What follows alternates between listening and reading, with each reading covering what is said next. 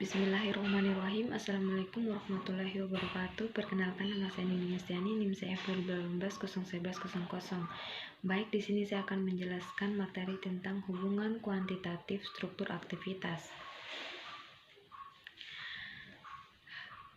Baik, HKSA merupakan metode untuk membuat suatu hubungan antara struktur dan aktivitas dari berbagai deskriptornya. Deskriptor fisikokimia meliputi beberapa parameter termasuk hidrofosibilitas atau lipofilisitas, topologi elektronik dan sterik yang dilakukan secara empirik atau lebih baru dengan metode komputasi.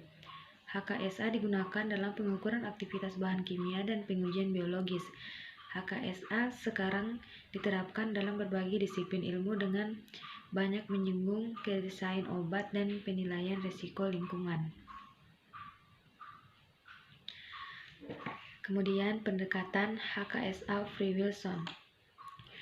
Fry dan Wilson mengembangkan suatu konsep hubungan struktur dan aktivitas biologis obat yang dinamakan model de Neuf atau model matematik Fry-Wilson. Mereka menyebutkan bahwa respon biologis merupakan sumbangan aktivitas dari gugus substituen terhadap aktivitas biologis senyawa induk yang dinyatakan melalui persamaan berikut.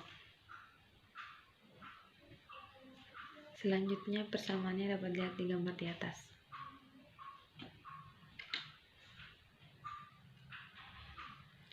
Kemudian pendekatan HKSH Hans.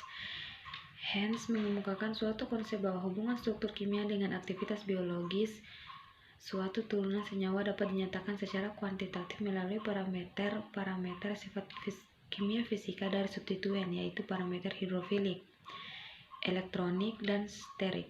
Model pendekatan ini disebut pula model hubungan energi bebas linear atau linear free energy relationship atau disingkat LFER, atau pendekatan ekstratermodinamik. Pendekatan ini menggunakan dasar persamaan Hammond yang didapat dari kecepatan hidrolisis turunan asam benzoat sebagai berikut.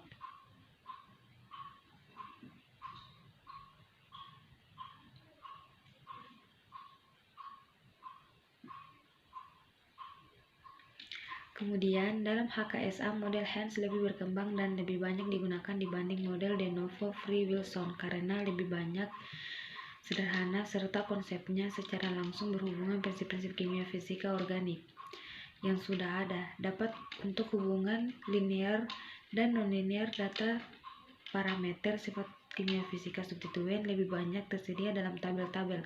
Model Hans telah banyak digunakan untuk menjelaskan hubungan struktur aktivitas turunan obat. Kemudian, model de Neuf ini kurang berkembang karena yang pertama tidak dapat digunakan bila efek substituen tidak bersifat linear, kedua bila ada interaksi antara substituen, ketiga memerlukan banyak senyawa dengan kombinasi substituen bervariasi untuk menarik kesimpulan yang benar.